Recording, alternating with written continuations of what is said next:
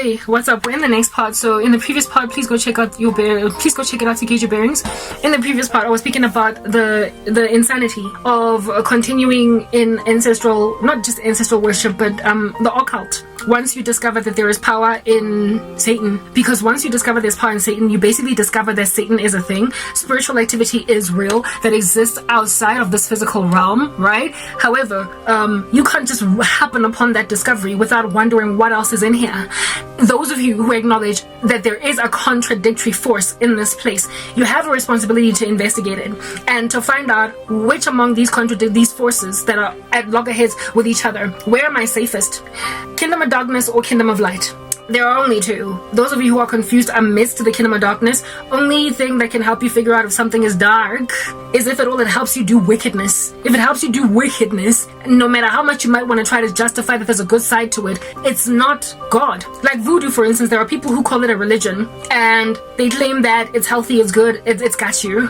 But there are evil elements to voodoo where people can get destroyed. Find me evil elements in Christianity, okay? Same thing with ancestral worship. There are a whole bunch of people that keep on calling, witch doctors better than Amasangoma or Amasangoma, but I don't know what in the world the difference is there, okay? And they say that there are those who do dark arts that cast spells on people, and then there are those that don't do that stuff. You need to protect yourself, blah, blah, blah. If those same deities operate within one religion, if they've got an ability to hurt, harm, without cause, bring decimation to a person that hasn't had it coming, so it's not a judgment that is due to them, that's evil. If at all there is an unholy element to your religion, it is not a religion, it is a religion, I will give it that much, but it is not a holy religion. It is not a religion unto a holy God that is the only respectable one out here in these streets. So the barometer, or the scale, or the litmus test, that's a better one to use. The litmus test to gauge whether or not you belong in the kingdom of darkness or kingdom of light, there are only two of these kingdoms, is to figure out if at all,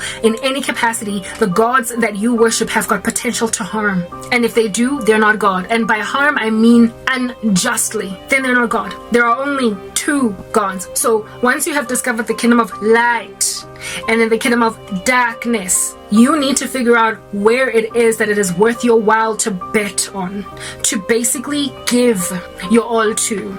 No servant can serve two masters. Even Satan is jealous. Do you understand? Satan wants you working for him. Satan wants you dedicated to him entirely. The devil can't even stand unbelievers who evangelize. That's what you must understand. I personally got born again because some lukewarm, flaccid random in a club decided to speak about Jesus in that space. I got saved because of it.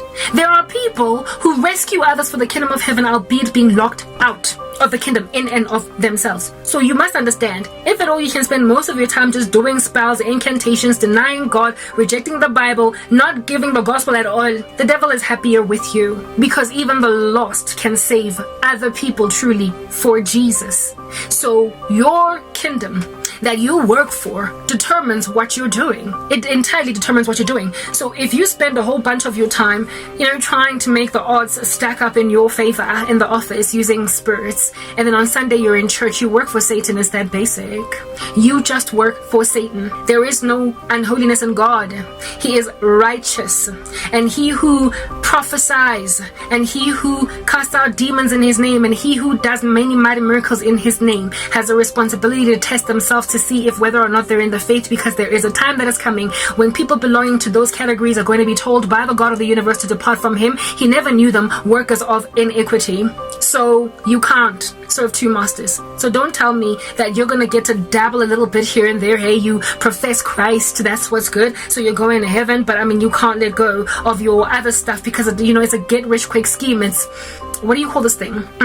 Instant gratification. It gives you what you want. You don't have to wait. The whole long-suffering thing in the Christian faith is a little bit of a taxing event. So I would much rather just get what I want tomorrow. So instead of waiting on God for the job I asked for, I'm going to get it by force, by stealing it from another person. You can't, according to the God you claim to love, that is of the Bible, serve two masters. You literally cannot be a witch and be a Christian. It is impossible.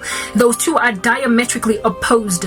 And if at all you're going to remain in denial and anticipate that you can find out later? Well, this is what God is going to tell you, you who loves to find things out later. You did cast out demons in my name, I get it, O 7 sons of Sceva. You did do many mighty miracles in my name, O 7 sons of Sceva. And you did cast out demons in my name, O 7 sons of Sceva. But I never knew you, worker of iniquity, depart from me. You know how the 7 sons of Sceva tried to cast out demons and they were chased out butt naked and all broken and bruised and beaten up? That's what's going to happen to you in eternity. You will have tried to cast out devils. You will have tried to do many mighty miracles in the name of God, and you will be thrown into the eternal lake of fire despite having done all that church activity. So I will ask that question again. What kingdom do you belong to? Because the one has rejected you vehemently if you practice things that I have mentioned on the left. If you are a witch, if you are a clairvoyant, a soothsayer, if you are half Muslim or you belong to some ecumenical movement, if you are pro-LGBTQ, pro-life, you are not saved. It's that basic. You can profess as much as you want, but there is a clump of people in the scriptures written of in Matthew 7 that do that a whole bunch and they still get kicked to the curb. So tell me, what kingdom do you belong to? And now that you have honestly answered, what kingdom then, next question ought be, is the safest to work for? And the only way to figure out what is the safest kingdom to work for is to look at stats, guys. Just basic statistics. Gather statistics as to the prosperity of the individuals belonging to both kingdoms. And we are doing a longitudinal study here where we look at people over a lifetime, not so much over just like 2 or 3 seconds, because witches are, like I said earlier, they release these grimacing, menacing smiles in the beginning of their prosperity against other human beings, but later on in life it's a sad old sappy story for them. All they can sing is, I can think of better days. So let's take a longitudinal study spanning perhaps like either over a lifetime or just half a lifetime or even a quarter of a lifetime. Doesn't even have to take all your life. Some witches find out within a decade that, shouldn't have done that. Let us look at the prosperity on a longitudinal scale of the individuals belonging to both kingdoms. We have figured out a barometer or some kind of a scale, a litmus test to gauge which kingdom you belong to. And once people have honestly answered, then the next important question is, which kingdom then ought I belong to? Am I safe where I'm at? And a longitudinal study is what is going to help you make that decision. Man is not made to be alone. Therefore, God made Eve for Adam.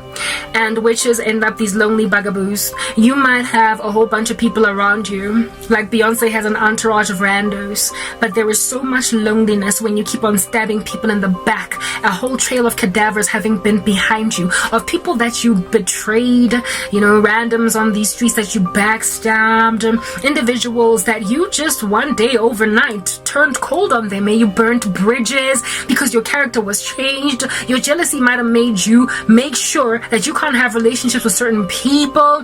Some of you have lost wives, ex-girlfriends that were the best girls you've ever been with. I could go on. It could take a lifetime for you to wake up, but a lot of people tend to kind of, glitch a little bit, twitching, perhaps maybe in the 5-year mark or 10-year mark since they cast their spells. They don't have genuine friends. I've got a cousin that I was the tightest with. I've spoken about her in my previous series, that doesn't have any friends anymore, truly. Just a whole bunch of fake people she can't trust, and she's lost the biggest and baddest friend she ever had. Me. Ex-boyfriend. Lost the biggest and baddest girl that he had in his life that he could have married. Me. And now he's made an enemy out of her such that we don't even have a cordial relationship anymore today.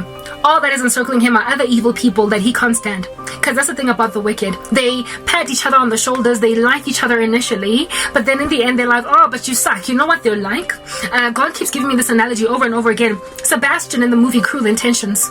You know how he dies in the end all guilty, but he can't even win the favor again of Reese Witherspoon? That's what the wicked are like. They first stand with other wicked people and they think they've arrived. They've got this, they're all popular together in the proverbial wicked school of sorcerers, Hogwarts or whatever. They initially start out all happy with each other, but they stab in the back some of the most virtuous people in their lives, some of the most ride or die individuals in their lives, people that they could not afford to lose. But in the beginning, because they're busy, high-fiving and chest bumping with each other, they just leave you there to die off, because but then when they start to really need true comfort, true friendship, true bosom on which to lay your heavy head, they have no one. They can't even trust each other, and they also stab each other in the back. Like I said earlier, ain't no honor among thieves. So just the loneliness that they experience later on in life is in and of itself evidence of the fact that they work for the wrong kingdom. And the sad thing about witches as well is because they are witches, Satan, he loves to keep the kingdom of darkness, he likes to, the devil thinks he's God, so he's also got his little satanic rules or Bible. If you can marry another Satanist, great, 2 or 3 are gathered in my satanic name. There, I am with them. So the more destruction he can cause to a wicked couple that is going to mow every other couple on the ground like Jay-Z and Beyonce, the better. So he loves to mix people together. So you could find a man losing a woman because he just got into darkness. Like my ex-boyfriend literally lost me because he got into darkness. You lose this girl, and what does the devil do? He brings in your path. Sometimes it's even God. Another witch. He will bring you a Delilah. He will bring you, you must get that. He's going to bring you Jezebel. That's what's good. He's going to bring you Penina. Like the devil, if at all you are his servant. You're going to fall in love with an evil woman and men. Oh my goodness, men. I'm not even supposed to be preaching to men, but anyway, let's just carry on talking since I'm pretty aware they're listening to me. A lot of y'all are hypocrites in the sense that you love for yourselves virtuous women, albeit not being virtuous men. You don't want women who are all over the show out here in these streets twerking it up a storm. You want a marryable woman that is going to carry your babies and be trustworthy in that capacity. Men are very old school in the way they think, albeit claiming to have been wokened up by the woke agenda to be more feministic.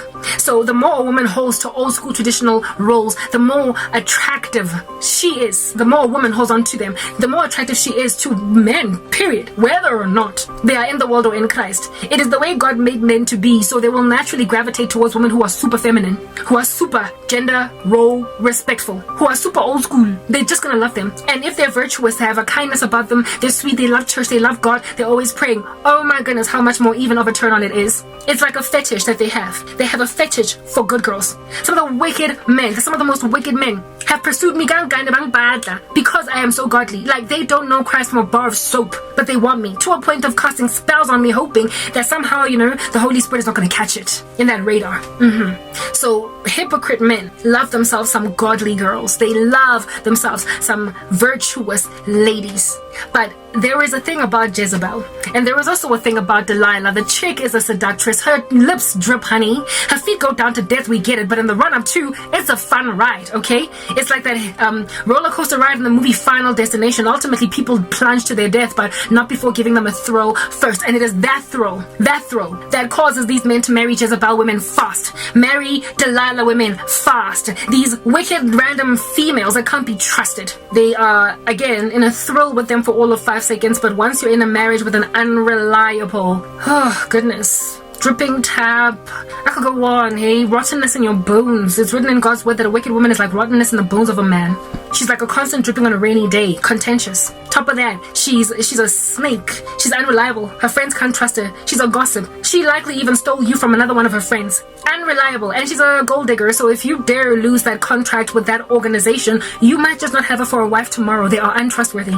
But they give you a thrill. They will stab you in the back ultimately, just like Delilah did Samson, but not before you first have a thrilling adventure with this random buffoon female. Yes, her feet go down to Sheol, do you understand?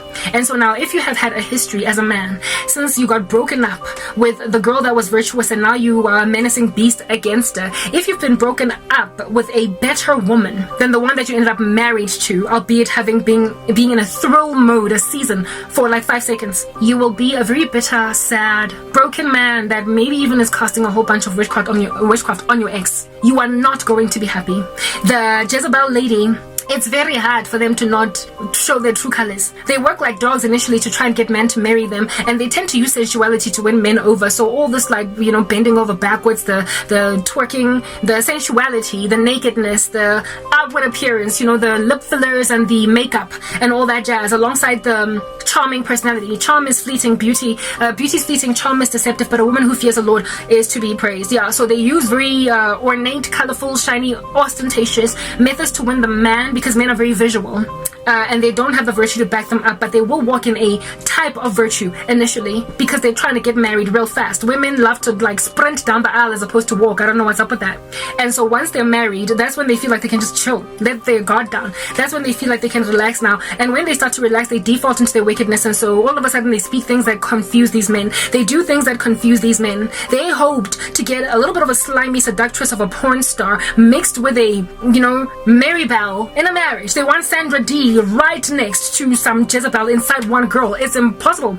There is a tumult, a war, a diametrically opposed existence that can't dwell in one person unless they've got multiple personality disorder, and no man wants to marry a woman struggling with that kind of mental illness. So if you want a sexy seductress that could indeed fit well into a porn set next to a church girl, you're dealing with Beyonce. Indeed, church girls, drop it like a 30. Drop it like a 30. That's what you get.